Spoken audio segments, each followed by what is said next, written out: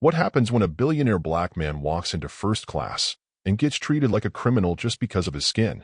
Now imagine what he does next, not with anger, not with fists, but with strategy, silence, and a global tech empire ready to expose it all. This is not just a story of injustice. This is the moment discrimination met its match. It began with a simple step across a polished floor. Miles Henderson, founder and CEO of Apex Neural Systems, stepped through the automatic glass doors of Atlanta Jefferson International Airport with the calm precision of a man used to being watched, but never seen for who he truly was. At 6 feet 3 inches, draped in a custom Navy Tom Ford suit and carrying only a black leather Toomey carry-on, he looked like royalty. But in the eyes of some, none of that mattered. Because Miles was a black man. And for certain people, that was all they ever needed to see. He nodded politely at the TSA agent, his platinum cufflinks catching the morning sun as he handed over his boarding pass, first class, Apex Platinum status. Flight to San Francisco, gate C-19. As he moved through security, he felt it again. The shift. Subtle. Sharp. The guard who randomly selected him for additional screening didn't meet his eyes. The man behind him muttered, of course, under his breath. A woman 3 rows down pulled her designer handbag closer. None of this surprised Miles. He had lived in this tension for 44 years. But today was different. Because today was the day everything changed. After clearing TSA, Miles made his way toward the Apex Partner Lounge, a space his company helped fund, ironically, only to be intercepted at the entrance by a middle-aged gate agent with hard eyes and a name tag that read Karen Strickland. "Excuse me, sir," she said, stepping in front of him with the urgency of someone protecting sacred ground. "This lounge is for Apex Gold or Platinum passengers only." Miles offered a calm smile. "I know. That's why I'm here." He handed over his boarding pass and ID. Karen squinted at the documents, lips pursed. "This ticket looks unusual." Miles tilted his head slightly. "Unusual how?" "These are expensive seats," she replied, ignoring the small line of waiting passengers forming behind him. "We have to make sure everyone's in their proper place." The words hit like ice water. Miles didn't flinch. He'd heard worse in boardrooms disguised as backhanded compliments. Still, he responded evenly. "If there's a problem, I'm happy to wait while you verify." What Karen didn't realize was that she wasn't talking to just another successful businessman. She was talking to the Miles Henderson, creator of the neural prediction models used in half of the country's AI infrastructure.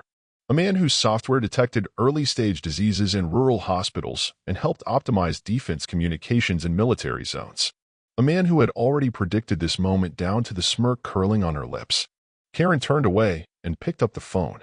"Security, please. We've got a situation." Behind Miles, other passengers began murmuring. Some averted their eyes. Others glanced at their watches, irritated by the delay.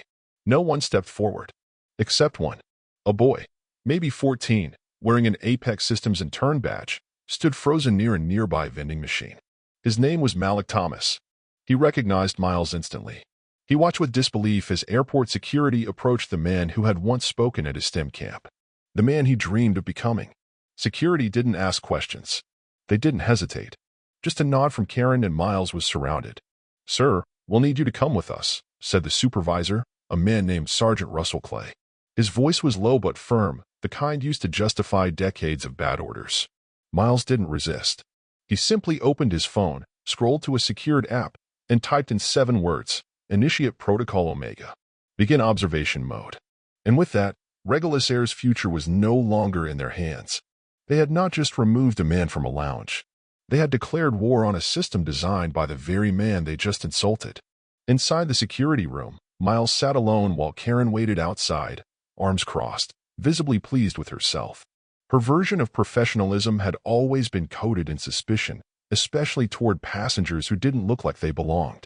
"Sir," said Sergeant Clay, reviewing the documents again, "we're just verifying everything.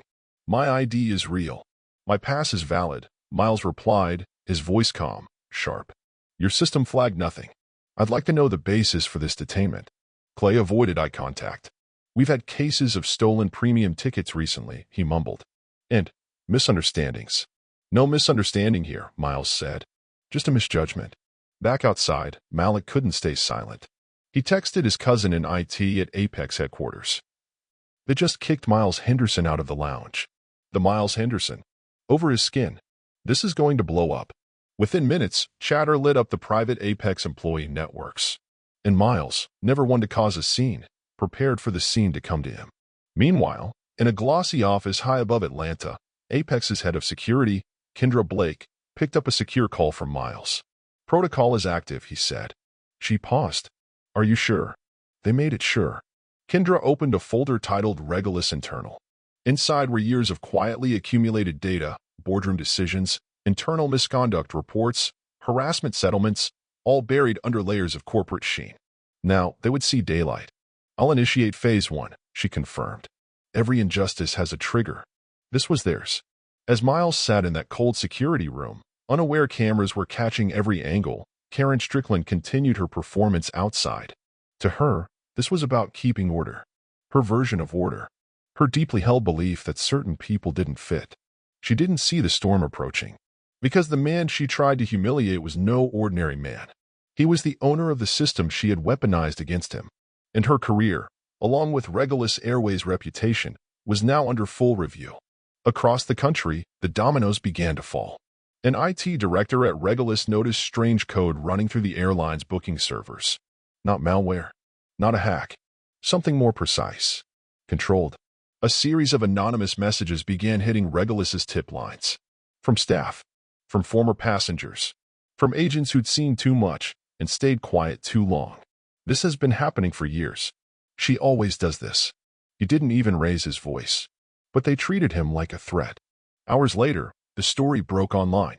The headline read, "Black tech billionaire escorted out of first-class lounge for looking suspicious, then exposes airline's discriminatory past."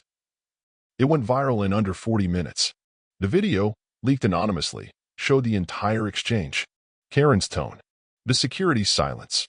Miles' composure. The injustice was obvious. And infuriating. The internet responded. Fast. By the time Miles boarded his flight, delayed for operational issues, Karen was nowhere in sight. And inside Regulus HQ, panic had already set in. Because the face they dismissed had returned. Not with noise. But with numbers, not with outrage. But with unstoppable proof. And the world? It was finally watching. They saw a man in a suit, but never stopped to ask how he earned it. Because Miles Henderson didn't just walk into that lounge. He climbed there, step by bloody step, with the system rigged against him from day one. And it all started with a notebook, a child, and a promise. 35 years earlier, on the rusted steps of Oakside Foster Home, a quiet 9-year-old boy named Miles sat alone, knees pulled to his chest, scribbling complex numbers in a tattered spiral notebook. His shoelaces were untied, his coat was too big, and his parents, both killed in a freeway crash 2 years earlier, were just fading photos in a folder no one opened anymore. Miss Angela, the home's overworked social worker, approached gently. "Miles, sweetie, she's not coming." Miles didn't even flinch. "I figured," he mumbled, not looking up. She said traffic was bad. The excuse felt hollow even in her mouth. He just nodded. "I have to finish this equation anyway." "What are you working on?" she asked, peering over his shoulder. "The school cafeteria menu. I think I can predict which days they'll run out of food based on what they served last week." Miss Angela blinked. "Why would you want to do that?" "Because I'm tired of missing lunch," he said simply, as if it were the most logical thing in the world. Her heart cracked. This boy wasn't playing with toys. He was building survival systems. By age 14, Miles had been through 6 foster homes. He wasn't rebellious. Just different. Teachers didn't know what to do with him. He solved algebra by the time his classmates learned multiplication. He spoke rarely but observed constantly. At Jefferson Middle, he was labeled a discipline issue for correcting a math teacher's mistake, politely, but publicly. At Lincoln High, he made the honor roll every semester, but no one knew his name. Except for Mr. Wendell, the aging calculus teacher who found Miles one afternoon in the library. Not playing games. Not texting girls. But quietly writing out a predictive algorithm, by hand, on a napkin. Mr. Wendell leaned over. "What's that?" Miles blinked.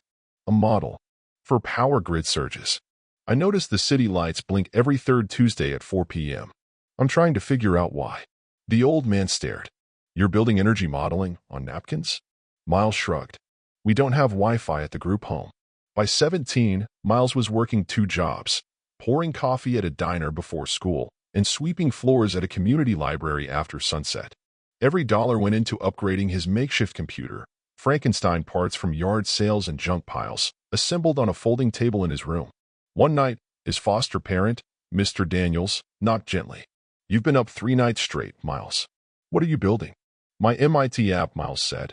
"It analyzes crop patterns to predict food shortages. I want to show them I can use machine learning to help farmers and aid groups." Daniels looked at him, stunned. "Son, how old are you again?" 17. "And you're doing this for a scholarship?" Miles nodded. "Not just for me. So no other kid has to eat from a vending machine while the cafeteria runs dry." Daniels didn't say much else. But the next morning, he left a brand new wireless mouse and a 6-pack of energy drinks on the kitchen counter. No note. 2 months later, an envelope from MIT changed everything. Full scholarship. All expenses paid. Recognition. Validation. But the world wasn't done testing him yet. At 19, fresh-faced and brimming with hope, Miles pitched his first major idea to a panel of venture capitalists in Boston. A crisis prediction AI that could help international aid organizations pre-deploy resources before famines or natural disasters. But the suits in the room didn't see value in saving lives. They saw opportunity in the financial sector. "This is brilliant," said Bradley Kent, silver-haired founder of Orion Ventures. "But what if we apply this to stock markets instead? We'd offer you $75,000 for the tech and hire our own team to reframe it." Miles hesitated. "But that's not what I built it for." One of the younger VCs chuckled. "Kid, you built a Ferrari and want to drive it in a food truck lane. Let us show you the freeway." Miles stood up, his voice even. "Thank you, gentlemen, but I'm not selling my purpose." He walked out with a prototype in his backpack and nothing in his wallet. 6 months later, Orion Ventures launched a suspiciously similar algorithm. They made millions. Miles received nothing. It was his first betrayal, but it would not be his last. And from that day forward, he vowed, never again would someone else define the purpose of his genius. Fast forward 10 years. Apex Neural Systems, founded from his dorm room, had become one of the fastest-growing AI companies in the world. His code-powered logistics for FEMA predicted supply chain issues during hurricanes and flagged early neurological conditions in rural clinics that had no neurologists. He built it quietly, with no splashy press tours, no celebrity investors, just excellence. And yet, despite all that, he still got followed in stores, still got called sir with a sneer, still got asked if he knew someone to get into those black tie galas. And yes, he still got stopped at airport lounges, questioned about tickets he had personally paid for with a card most people had only heard of. So, when Karen Strickland had tried to diminish him with one look, one assumption, one, "Are you sure this is yours?" she wasn't just questioning a boarding pass. She was questioning everything he had survived. She saw a man who didn't belong. What she failed to realize was, he was the one who built the room. Back in the present, as Miles's name trended across every major platform, a 14-year-old boy in Detroit named Andre watched the story unfold on his cracked iPad. A scholarship student, obsessed with code, often teased for talking like a white boy. He turned to his mom. "See him?" Andre whispered. "That's who I want to be."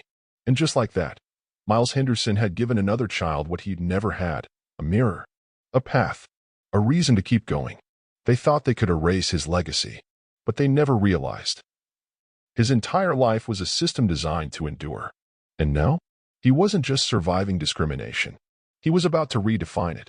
The morning after the incident, Regulus Airways released a carefully worded statement. "We take diversity and inclusion very seriously. The incident involving Mr. Henderson appears to be a misunderstanding and is currently under internal review. We sincerely apologize for any inconvenience experienced." Inconvenience. That's what they called it. Not humiliation. Not profiling. Just inconvenience. And behind the scenes, the company went into lockdown mode. Charles Renard, Regulus Airways CEO, paced inside his Atlanta penthouse office. Gray-haired, golf-tanned, and smug, he wasn't worried. At least not yet. "This'll pass," he told his crisis team, swirling an expensive whiskey. "These online mobs burn hot, then move on. We blame the employee, issue a vague promise, and carry on." His chief communications officer, Linda Graham, looked uneasy. "Sir, with respect, this isn't just anyone. This is Miles Henderson. He runs the AI backbones of half the major airports. The Pentagon uses his systems." And Charles scoffed. He still got pulled aside. That proves the system works, doesn't it? Silence filled the room. No one dared respond. But deep down, every executive in that office knew this wasn't going away. Not this time. Meanwhile, back at the airport, Karen Strickland strutted into the employee break room like she was a hero. "I was just doing my job," she told her colleagues, dropping into a chair with her coffee. "You can't just let anyone waltz into first class. These days, you never know." Her voice carried, loud and proud. A younger employee, Alicia, looked up sharply. "You mean black men in Tom Ford suits?" Karen's eyes narrowed. "Excuse me. You targeted him," Alicia said flatly. "You left your post just to block him. And now, the whole world knows it." Karen's smirk faltered for a second. "He looked suspicious. He looked successful," Alicia shot back. "You just couldn't tell the difference." Karen stood up, chest puffed. "Watch your tone. I've worked here 22 years. I know when something's off." Alicia shook her head. "That's the problem. You've always thought being black in first class was off." Silence fell across the break room. No one defended Karen, because deep down, they'd seen it before. Some had even helped cover it up. At Regulus headquarters, things were unraveling faster than Charles expected. Internal audits were quietly initiated after a board member, pressured by investors, called for a review of potential reputational liabilities. HR was forced to dig through old complaints about Karen Strickland. There were 14. 4 involved black passengers being questioned about ticket authenticity. 2 involved calling security on South Asian men traveling alone. 1 was from a retired U.S. Army colonel, black, decorated, and humiliated in front of his grandchildren. Every single complaint had been resolved internally. Translation? Buried. And it wasn't just Karen. A data leak from an anonymous insider showed a pattern. Black and brown passengers were nearly 6 times more likely to be flagged for random, additional screening and first-class check-ins. 6 times. Miles had the receipts. His own private security team, led by the unshakable Kendra Blake, had already compiled years' worth of data from whistleblowers, back-end servers, and confidential HR notes.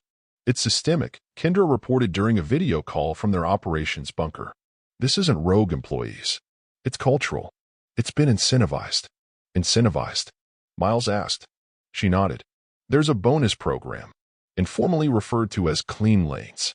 Agents who keep the lounge looking clean code for white are given priority shifts and performance points. It's not written down, but it's real." Miles leaned back, staring at the screen. "Then we burn it down," he said quietly. "With facts. With video. With truth." Meanwhile, in the IT department at Regulus, panic had set in. Systems were glitching. First-class bookings were vanishing, reappearing under different names. High-value customers were being automatically downgraded to economy without explanation. Payment processors were overcharging credit cards, issuing multiple declines. "It's like the system is haunted," muttered lead engineer Tyler Barnes, hunched over his terminal.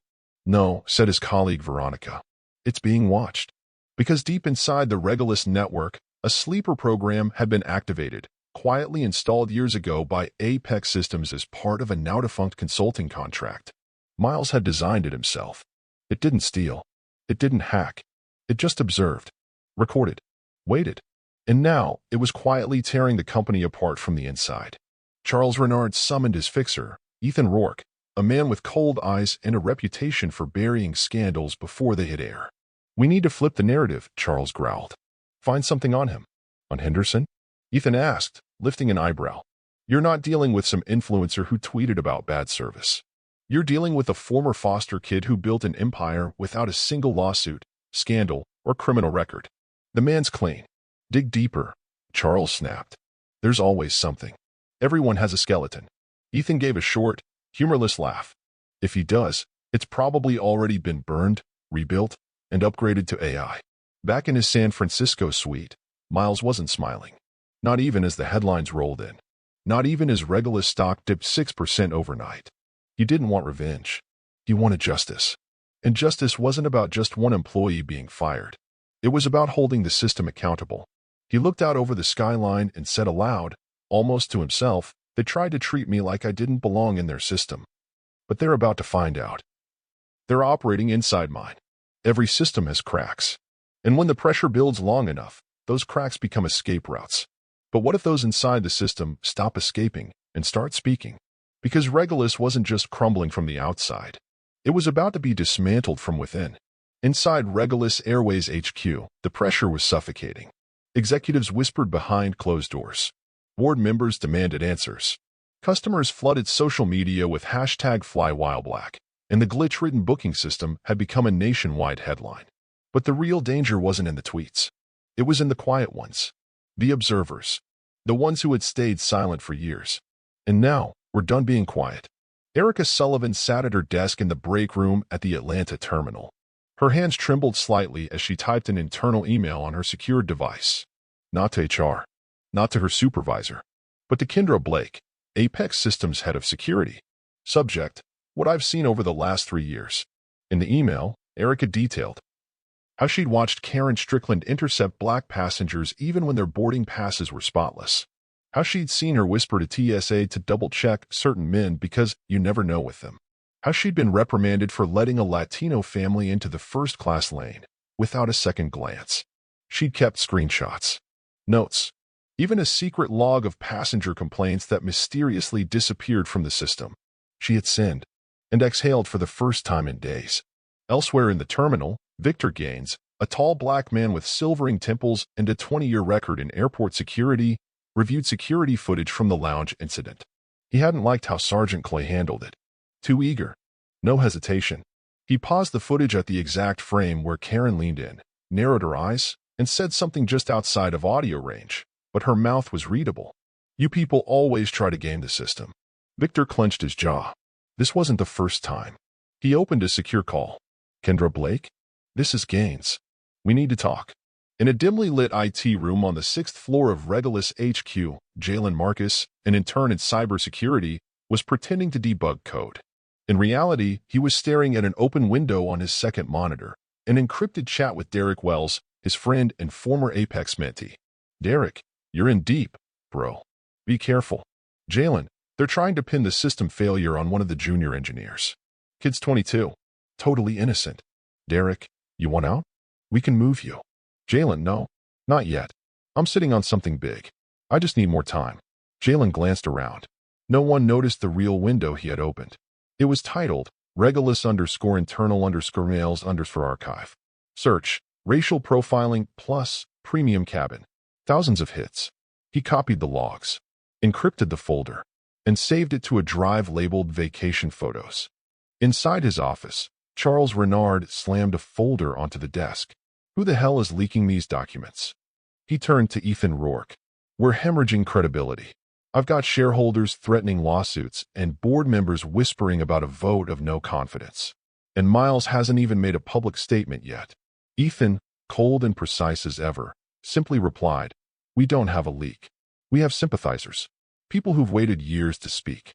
And now, they see Henderson as their chance. Then scare them silent, Charles growled.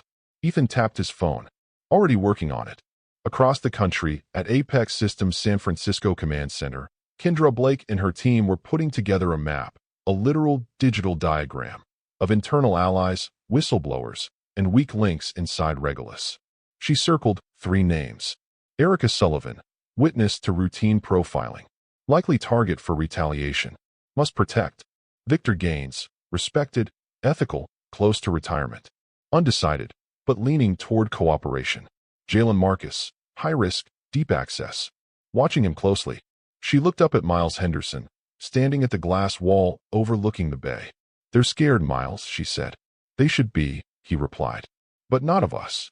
Back in Atlanta, Karen Strickland's world was collapsing. The footage had gone viral. A new video, one she never knew existed, showed her refusing boarding to a young black mother and her son because she claimed the toddler's lap seat was suspicious. The internet lit up again. Karen sat in her car outside her home, refreshing her phone in disbelief. Racist in uniform, Reddit thread. Karen Strickland must be fired immediately. Twitter trending. #end profiling now. 1.2 million posts and counting. Her phone buzzed. An email from Regulus HR. Subject, mandatory administrative leave pending review. She screamed and hurled the phone into the dashboard. But it was too late. She wasn't being protected anymore. She was being positioned as a scapegoat. Meanwhile, Miles finally released a statement. But it wasn't an angry tweet. It was a 2-minute recorded video. Clean, composed, and devastating. My name is Miles Henderson. On Tuesday morning, I was removed from a first-class lounge despite valid credentials, identification, and status. This wasn't an isolated incident. It was a reflection of something larger, a system that quietly decides who belongs and who doesn't.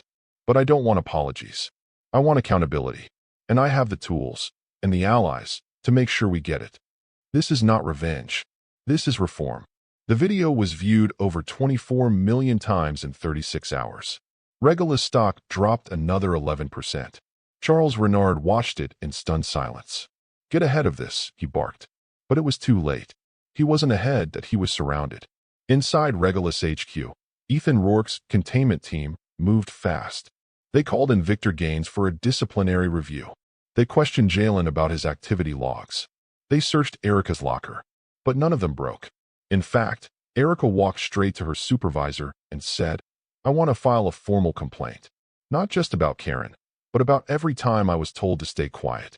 I have dates, names, emails, and I've sent backups off-site." Victor filed a sworn declaration. Jalen delivered his hard drive to Apex's secure Dropbox through a proxy. And just like that, Miles had everything he needed to go public with undeniable proof. Not just about what happened to him, but about why it kept happening to others. They always fight back. That's the first rule Miles Henderson had learned about systems built to protect themselves. The moment you hold up a mirror, they shatter the glass and try to stab you with the shards. And that's exactly what Regulus did. The day after Miles released his video, the attacks began. Quietly at first, a whisper campaign through back channels. Anonymous tips sent to tabloid blogs. A heavily redacted HR file from a former employee alleging that Miles had once created a tense workplace environment. No details, no context, but enough to seed doubt. An obscure business blog ran a headline: "Billionaire tech CEO faces scrutiny amid racial profiling claims." Within hours, it was being shared by verified accounts who didn't care about facts, just scandal. It was coordinated, controlled, cold. At Regulus headquarters, Charles Renard watched the metrics spike and smiled bitterly. "Let's see how noble he feels when he's on defense," he muttered to Ethan Rourke, who stood silently beside him, analyzing engagement data. "He made this personal. Let's make it painful." Ethan said nothing, but he was already planning the next hit. They dug through every corner of Miles' professional history, from government contracts to tax filings to personal staff complaints. Most of what they found were clean. But one old incident caught Ethan's attention: a non-disclosure agreement from 5 years ago with a former executive assistant who left under amicable terms. There was no lawsuit, no allegation, but it was enough to build a shadow. The next morning, a tech gossip blog published a thinly sourced piece. Ex-employee suggests toxic culture at Apex Neural. It didn't name Miles. It didn't need to. The implication did the work. And that same day, a flood of Twitter bots and sock puppet accounts flooded the hashtag #FlyWhileBlack with counter-narratives. Everyone makes mistakes. Why is Henderson acting like a victim? Another rich guy playing race card. The digital smear was on. But what they didn't know, what Charles and Ethan had never truly understood, was that Miles had already predicted this. Pattern recognition was his first language. Long before the headlines turned, he had instructed Kendra Blake and her security team to establish counter-surveillance. They had traced the article's funding back to a shell LLC, owned by a consulting firm with ties to Regulus's public relations contractor. Within 48 hours, Apex's legal team served the blog with a cease and desist, along with a request for source disclosure. At the same time, Miles' team released an airtight rebuttal. Testimonials from former staff, screenshots disproving the claims, and a signed statement from the assistant in question, who now served as the director of operations at another tech firm. "Miles Henderson changed my life," she wrote. "He didn't just mentor me. He saved me from burnout, from being overlooked, from a system that eats black women alive." The smear crumbled. But Regulus wasn't done. Ethan Rourke changed tactics. He zeroed in on the internal whistleblowers. Victor Gaines was summoned again, this time not by HR, but by Regulus legal counsel. They accused him of violating confidentiality by accessing footage beyond his clearance level. When he pushed back, they placed him on administrative leave pending investigation. He was escorted out of the building under the watchful eyes of security cameras and coworkers who'd once called him The Rock. He didn't flinch. As he exited, he texted Kendra one word: ready. Erica Sullivan was next. Her locker was broken into.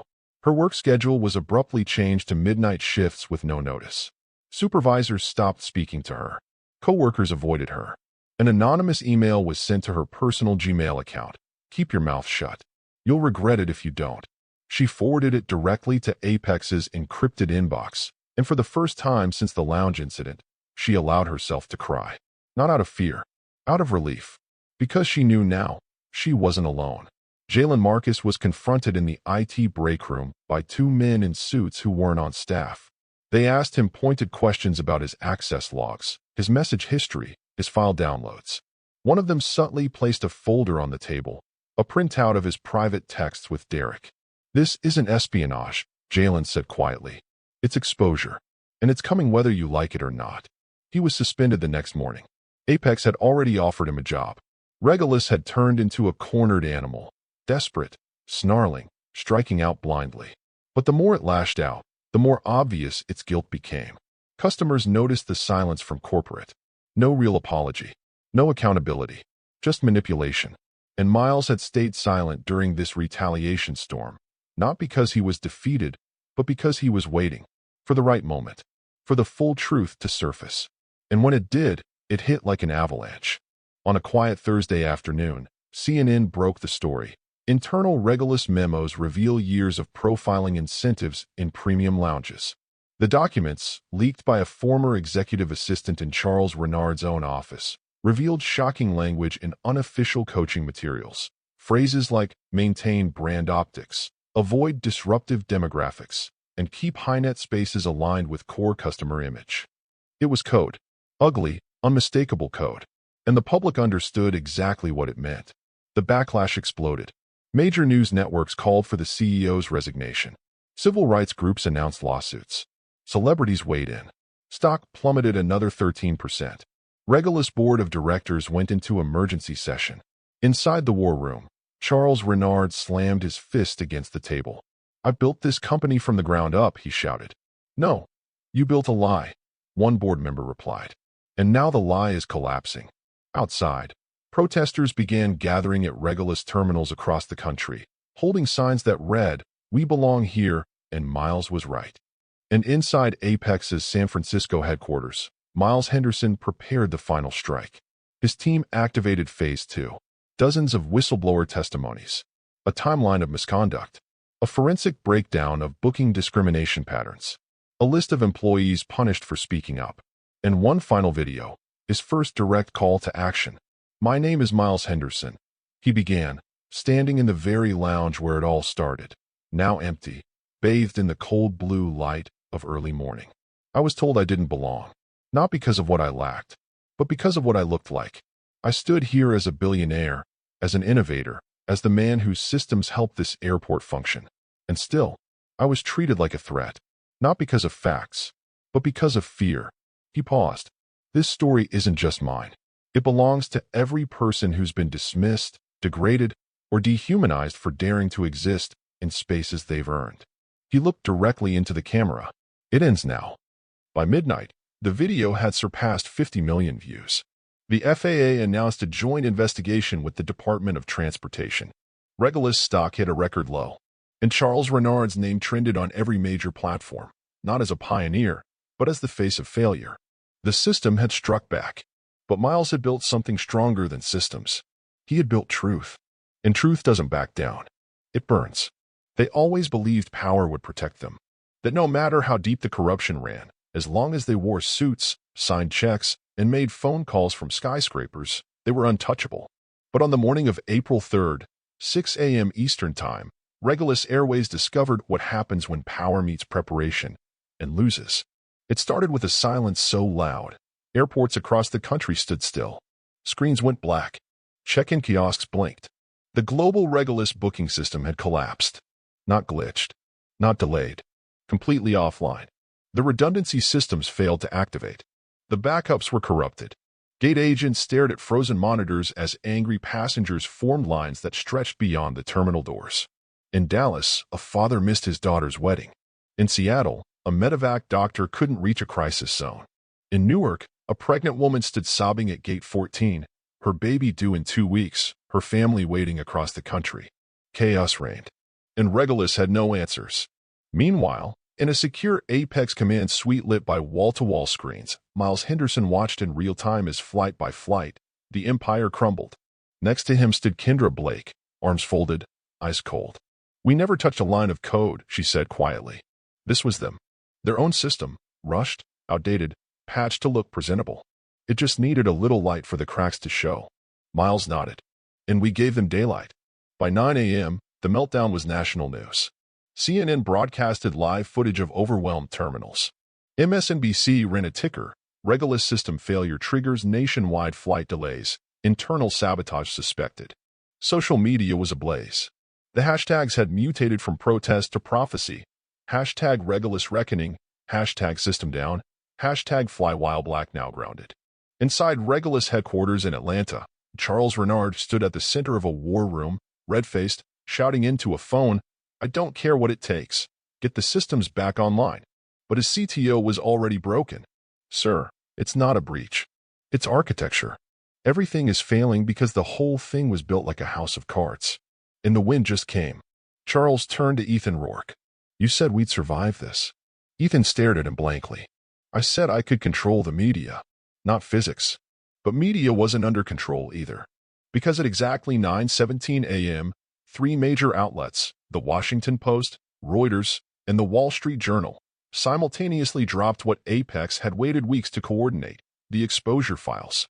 Decades of emails, internal memos, maintenance records showing falsified safety inspections, notes from executives referencing passenger filtering by brand alignment, audio clips of closed-door meetings where Charles himself had said, "Look, I don't want first class turning into a damn bus terminal." The internet didn't just catch fire. It exploded. Senators demanded hearings. The FAA announced an emergency compliance audit. The Department of Transportation confirmed formal investigation. And by noon, Regulus stock had fallen 47%. Trading was halted twice. Institutional investors pulled out. Charles Renard's personal assets were frozen pending fraud inquiries. And in a quiet conference room in San Francisco, Miles Henderson sat before a panel of Apex board members. "It's time," he said simply. "They're in free fall. But we don't let them crash. We buy them before the floor breaks." The CFO raised an eyebrow. "You want to acquire Regulus?" "Not to own it," Miles said. "To transform it." Later that day, Regulus Airways received a formal offer. Apex Neural Systems would acquire controlling interest at $18.50 per share, far below market a month ago, but nearly double what it was now. With the offer came a commitment: preserve all non-executive jobs for 24 months, invest $150 million in operational overhaul, and replace all leadership linked to discrimination or compliance failures. The Regulus board had no choice. The vote passed 10-2. And just like that, the airline that tried to eject Miles Henderson from a lounge was now under his command. Charles Renard never made it to his next shareholder meeting. That afternoon, federal agents entered the Regulus executive suite with a warrant. He didn't resist, didn't argue, just muttered, "This is a circus." One agent replied, "No, sir. This is justice." Ethan Rourke vanished before the arrest, but not before Apex's internal team traced his encrypted messages linking him to false media narratives and whistleblower intimidation. His name was forwarded to the FBI. Karen Strickland. Remember her? The gate agent who thought she was guarding society by guarding a doorway was officially terminated for cause. Her wrongful termination lawsuit was laughed out of court after video compilations surfaced showing her pattern of discrimination. Her professional licenses were revoked. Her reputation buried under the very spotlight she triggered. But not everyone fell. Victor Gaines was reinstated, this time by Apex leadership. He was offered the role of Director of Security Operations for all coal air terminals, with full authority to revise bias training and enforcement protocols. Erica Sullivan was promoted to Head of Passenger Experience and Equality, a newly formed division reporting directly to the CEO. And Jalen Marcus? He became the youngest director in Apex history, overseeing ethical compliance for AI-integrated systems across transportation infrastructure. His first directive? Whistleblower protections, irrevocable, anonymous, and enshrined in company policy. On the morning of the acquisition announcement, reporters gathered outside the Apex building. Miles stepped up to a podium framed by Colair's new logo, a stylized wing embedded with circuitry and a single phrase below it, "Where everyone belongs." He didn't deliver a victory speech. He told a story. "I was a boy who sat on foster home steps drawing equations in a hand-me-down notebook. They told me the world was fair if I worked hard enough. They didn't mention the walls built to keep people like me out. But I found a way. Not around the walls. Through them. And now, we're not just flying planes. We're changing the altitude of the entire industry." Reporters applauded. But in the back of the crowd, a young girl named Trinity, 14, black, braces on her smile, held her mother's hand and whispered, "One day, I want to be him." Miles saw her and smiled. Because that was the real win. The morning of the collapse didn't come with sirens or explosions. It came with silence, an eerie kind of stillness that hung over terminals from coast to coast like a fog no one could name. At 5:58 a.m. Eastern Standard Time, the check-in screens at LaGuardia froze. By 6:02, boarding systems in LAX crashed. 20 minutes later, Regulus Airways, the proud, polished titan of air travel, was on its knees, buckled by a system failure so complete it looked surgical. Miles Henderson sat in a quiet, glass-walled room on the 42nd floor of Apex Neural's San Francisco headquarters, watching the chaos unfold not with glee, but with grim precision. He hadn't touched a single line of malicious code. He didn't have to. The collapse wasn't sabotage. It was exposure. The moment the truth had light, the weight of years of negligence and arrogance crushed itself. By 7:15 a.m., over 300 flights were grounded. Passengers were stuck in lines that coiled through concourses, confused and furious. The Regulus app stopped responding altogether, wiping boarding passes from travelers' phones like they never existed. Panic spread not just through terminals, but through newsrooms. CNN cut to a live feed showing passengers sleeping on the floor. MSNBC ran breaking banners every 15 minutes. Fox News tried to blame cyberterrorism, but within the hour, the FAA clarified there had been no breach. No foreign actor. Just a complete system failure, internal, catastrophic, and avoidable. Back in Atlanta, Charles Renard's voice bounced off the walls of Regulus HQ like a grenade, barking at engineers, threatening legal, screaming at PR. "Fix it," he shouted, red-faced. "Where the hell are the backups?" But the systems didn't care about his power. They cared about structure. And Regulus hadn't built one. They'd built a facade, hollow, rushed, propped up by contractors and half-implemented patches. What Apex had quietly done was never break into it. They'd simply turned the light on. And now, the rot was visible. By 8:43 a.m., Regulus stock dropped 22%. By 9:15, they'd been halted twice on the market. Institutional investors began pulling out like rats from a burning hull. And then came the real hammer. At 9:31, Reuters published the first of 3 coordinated investigative reports compiled by Apex's legal and data forensics teams. Emails, audit logs, internal HR notes, documented racial bias, and first-class gate clearance protocols. Memos where executives advised agents to maintain premium optics, coded language for filtering out passengers based on race, dress, and perceived affluence. Charles himself had signed 2 of them. By 10:05, the FAA announced a formal compliance audit. By 10:17, the Department of Transportation confirmed a joint federal investigation into Regulus's operational integrity and discriminatory practices. By 10:29, the Wall Street Journal leaked that Apex Neural had offered to buy controlling interest in Regulus at $18.50 per share, nearly double its plummeting current market price, and still far below its value before the incident. The offer came with conditions. All executive leadership would be removed, all whistleblower retaliation ceased, and all employment for staff under director level would be guaranteed for 2 years. Regulus's board convened an emergency vote. It passed 10-2.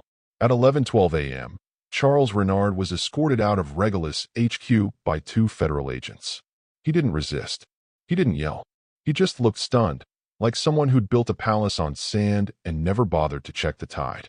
The photo of his arrest, a CEO in cuffs, walking past the same company logo that once signaled invincibility, went viral within minutes. It was the image that defined a decade. But while Charles fell, Miles didn't gloat. There was no victory lap. Instead, He walked quietly into a press conference room in San Francisco, flanked by Erica Sullivan, Victor Gaines, and Jalen Marcus, all of whom had risked their careers to tell the truth. Behind them stood a new logo, already unveiled and quietly rebranded: Cole Air, a name chosen not for vanity, but for vision. Miles stepped to the podium and began without fanfare. This isn't just a change of ownership. This is a change of altitude. He spoke not of revenge, but of responsibility, of erasing barriers between economic mobility and literal mobility, of restoring dignity to people who for too long had to fight just to be seen. In the crowd, a boy named Micah watched the live stream on his mother's cracked phone from a public library in Chicago. He was 13, black, gifted, and often told he acted too smart for his neighborhood. He didn't say a word as Miles spoke. But later that night, he found a notebook and began to draw. Not graffiti, not dreams, but blueprints. The kind that changed systems, not just stories. By noon, Cole Air had begun formal transition procedures. Airports were notified. Staff were briefed. The company culture was being gutted, not gently, but completely. Apex had already begun deploying new AI systems to protect against bias in customer service protocols. A new division, Public Dignity and Equity, was launched under Erica's leadership. Victor began redesigning the national airport security engagement model, rewriting training manuals from the ground up. Jalen built a platform allowing anonymous real-time employee reporting directly into the CEO's desk. Miles didn't waste time punishing the past. He built toward a future, a tangible, irreversible one. That evening, Charles Renard sat in a federal holding cell while his lawyer tried to bargain. But the evidence was overwhelming: wire fraud, falsified safety logs, willful negligence, systemic discrimination. Ethan Rourke had fled the country but was already being tracked. Regulus, the brand, was over. But its people? Its engineers, pilots, baggage handlers, and flight attendants, people who had nothing to do with its corruption, still had jobs, still had purpose, still had a new flag to fly under. And that was what mattered. Because this was never just about one gate, one woman, or one moment. It was about a system that tried to erase a man, and a man who turned that erasure into empire. As night fell over San Francisco, Miles stood alone on the top floor of Apex HQ, looking out over the city he used to sleep below. Once a kid with a broken laptop, now the architect of a revolution. Not with a riot, but with reason. Not with fire, but with proof. And in that moment, he whispered to no one, "Let them fall. We'll build something better in their place." The dust had settled, but the air was far from still. Regulus Airways, once synonymous with exclusivity and cold corporate polish, now bore a different name: Cole Air. The logo was no longer chrome wings with a golden crown, but a stylized open sky overlaid with a compass rose, a symbol of direction, belonging, and movement for everyone. For most corporations, a rebrand is cosmetic. For Miles Henderson, it was the foundation of something radical, a system that worked for people, not against them. The announcement came not from a press room, but from Gate B-17 at Chicago Midway, a place where, just weeks earlier, a black woman had been humiliated for daring to ask a question in first class. Miles stood on that very carpeted floor, flanked by airport staff in their new Cole Air uniforms. Blue, clean, approachable. No lapel ranks. No smug expressions. Just people, proud to work where dignity was now policy. Miles didn't deliver a keynote. He simply smiled and said, "Welcome to the new sky," then stepped back as Trinity Sullivan, a 14-year-old black coding prodigy from St. Louis, cut the ceremonial ribbon with hands that once trembled when asked where she was supposed to sit. That day marked the start of not just a company's rebirth, but an industry's reckoning. Every terminal under Cole Air's management installed dignity response kiosks, interfaces where any customer or employee could report discrimination or misconduct directly to corporate oversight with time-stamped video integration. Within 2 weeks, over 2,300 submissions had been logged. And unlike the hollow HR of the past, these weren't buried. They were reviewed by a real team led by Erica Sullivan, now head of equity operations. She sat in a glass-walled, sunlit office in the heart of Apex headquarters, leading a team of 30, many of them former Regulus employees who had once been silenced. Her first act as director was to require that every lounge manager undergo in-person dignity certification, not just bias training slideshows, but real immersion programs led by advocates, travelers with disabilities, Black travelers, Muslim women in hijabs, transgender pilots. Not simulations, stories. Miles didn't want compliance. He wanted conversion. Meanwhile, Victor Gaines, the former security officer punished for protecting the truth, now oversaw the newly created National Terminal Justice Task Force, a division under Cole Air that partnered with TSA and Homeland Security to redesign frontline customer interactions.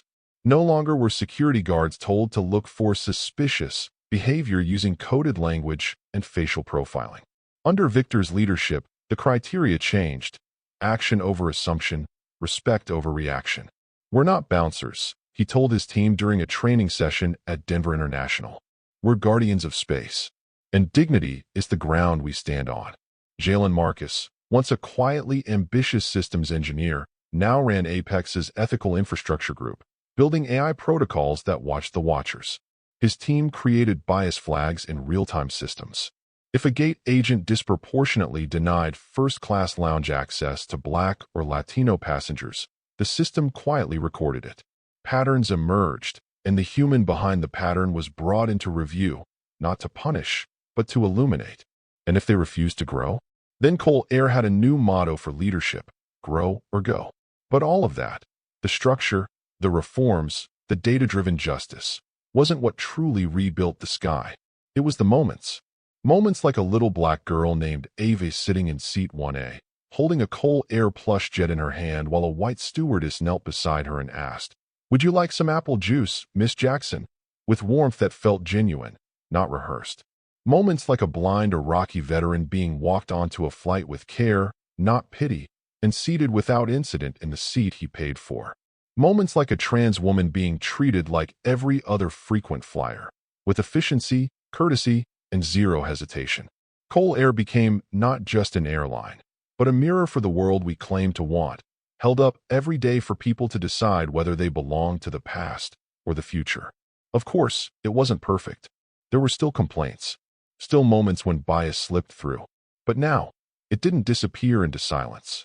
It triggered response, retraining, public apologies. In one instance, when a Latina mother of 3 was wrongly questioned by a gate agent about her ticket class, Miles Henderson himself called her from his personal line and said, "I didn't build this for the headlines. I built it for you. And I promise that will never happen to you again." The story of Cole Air spread far beyond terminals. Colleges began teaching its transformation as a case study. Harvard Business Review published a full breakdown titled "Rebuilding from Wreckage: How Miles Henderson Made a System Human." And in neighborhoods where children had never stepped foot in an airport, murals went up, art showing Black pilots, South Asian gate agents, Pacific Islander engineers. Because representation wasn't decoration, it was direction. Miles didn't stop at airports. He used the acquisition revenue to launch the Cole Initiative, a $100 million investment fund dedicated to minority-owned aviation startups. Everything from drone logistics companies to flight schools focused on underrepresented youth. Trinity, the girl who cut the ribbon, she became the first Cole Scholar. At 14, she was already coding aircraft systems. By 18, she'd be flying them. One evening, as the sun dipped below the Bay Bridge, Miles stood alone in the now-renovated lounge at Gate B-17. The same lounge that once told him, without words, that he didn't belong. He looked around. The lighting was warm, the signage inclusive, and a mural by a local Black artist now filled the once blank wall. It showed a sky crisscrossed with flight paths shaped like constellations. At the center was a single line: "We rise not just by flying, but by lifting." Miles didn't need applause. He didn't need revenge. Because this was victory, not in stock prices, but in stories rewritten, in truths restored, in a world that, finally, had room to rise. It wasn't about the planes anymore. Not really. It wasn't even about the company. It was about a question, a quiet one, that had echoed inside Miles Henderson since the first time a gate agent looked past him as if he didn't exist. What does justice look like when it finally lands? Now, for the first time, the answer wasn't theoretical. It was here. It was real. And it was boarding at Gate 1. 1 year to the day after the collapse of Regulus, Cole Air launched its inaugural legacy flight, Flight 761, an all-inclusive ceremonial route from New York to Oakland, honoring passengers, employees, and leaders who had been part of the transformation. The flight was symbolic, yes, but it was more than that. Every seat was filled with people who had once been told they didn't belong in those seats. Single mothers, formerly incarcerated individuals now working in aviation, first-time flyers from historically excluded communities, and whistleblowers who refused to stay silent when it would have been safer to blend in. The manifest read like a mural of America's overlooked talent. The pilot was Captain Lena Torres, a 42-year-old Afro-Latina mother of 3 who had once been told by a Regulus recruiter that her vibe didn't match the flight deck. Her co-pilot was Trinity Sullivan, now 15, wearing a custom Cole Air training jacket with her badge number 0001. It didn't matter that she wasn't old enough to fly solo yet. She sat in that cockpit because someone dared to build a future where she would be. Miles boarded last. Not because he was the CEO, because he believed leadership meant being the last to sit down, the first to listen. As he stepped into the cabin, the flight attendants saluted, not with military precision, but with hands over hearts. Not one of them said, "Sir." They said, "Thank you." And that meant more. Flight 761 took off under clear skies. No turbulence, no delays, just the quiet hum of justice finally moving at 35,000 feet. Halfway through the flight, a video played on the cabin screens. It opened with grainy security footage of Miles being denied lounge access at Regulus. No narration, just silence. Then it faded into photos. Victor standing in front of new recruits. Erica speaking to a class of future aviation leaders in Detroit. Trinity at a STEM camp in Boston, surrounded by girls of every shade and story. Then came the voiceover, Miles himself. They told us to stay quiet, to know our place, to wait for change. But we didn't wait. We built. And now, we don't have to ask for a seat at the table. We designed the flight plan. The plane erupted in applause. Not out of ceremony, out of recognition. Every soul on that aircraft understood they were no longer passengers in someone else's system. They were co-architects of the sky. When Flight 761 landed in Oakland, the tarmac was lined not with cameras or red carpets, but with children, hundreds of them, waving banners that read, "We belong here." Miles stepped off the aircraft and was greeted not by politicians or investors, but by the community. Church leaders, former janitors, veterans, teachers, people who had been broken by systems, now standing whole in the open air. One little boy in a Spider-Man hoodie ran up to Miles and said, "My mom said you made it so she don't gotta be scared to fly no more." Miles knelt, looked him in the eye, and replied, "Your mom's the reason we fly." The next week, the FAA released its annual report. Cole Air ranked #1 in passenger satisfaction, employee retention, and ethical compliance. That same month, the company launched the Skyward Fund, a $250 million program for underrepresented youth in aviation, engineering, and leadership. Cole Air didn't just want to change airports. It wanted to change destinies. But Miles wasn't done. He declined interviews with Forbes and the New York Times. He refused to write a memoir, despite multi-million-dollar offers. When asked why, he said, "You don't frame justice. You fund the next chapter." So he focused on building. He expanded the Skyward Fund into Mexico, Ghana, and the Philippines. He appointed a blind Navy veteran to the board of directors. He mandated that every executive shadow ground crew members for 2 days per quarter, and every new hire received a card, plain white, with raised lettering that read, "We see you. We hear you. You belong here." One afternoon, while walking through Cole Air's Youth Training Center in Oakland, Miles passed a classroom full of students learning to design drone logistics networks. On the board, someone had written a question in red marker. What happens when people who were never meant to fly do? No one had answered it yet. Miles didn't erase it. He smiled and walked on.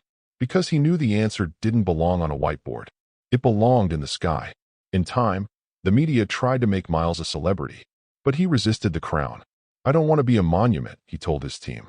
"I want to be a model." And that's exactly what Cole Air became, a living, breathing model of what a just, inclusive, human system could look like. Other airlines began mirroring its practices. Government contracts shifted toward companies with active dignity protocols. Even tech giants began reevaluating their internal policies, citing Air's transparency dashboard as a standard. Justice, once a whisper, was now policy. And that's how the story ends. Not with a mic drop, not with revenge, but with a runway. A place where the broken could land, where the dismissed could board, where the next generation would never have to ask, "Will they let me in?" Because finally, the doors were open, and justice had taken flight. This story is a powerful reminder that true change doesn't begin in boardrooms or press releases. It begins in the quiet decisions of people who refuse to accept silence as the price of survival. Miles Henderson didn't dismantle a broken system with noise or vengeance. He did it with proof, persistence, and the kind of leadership that lifts others instead of standing on them. His legacy isn't just a rebranded airline. It's a new standard for how justice can be operationalized, where dignity becomes measurable, and where inclusion is no longer an afterthought, but a foundation. The lesson is simple yet urgent. When you confront injustice with structure, when you replace fear with facts, and when you elevate those who were once overlooked, you don't just change an organization. You reset the rules for what's possible. If this story stirred something in you, anger, hope, reflection, don't let it end here. Share this message. Comment below and tell us what your seat at the table looks like. Subscribe to the channel if you believe the sky should belong to everyone, not just the privileged few. And ask yourself, the next time you witness quiet discrimination, will you look away, or will you be the one who rewrites the system? Your voice matters. Let it be part of something that flies higher than injustice.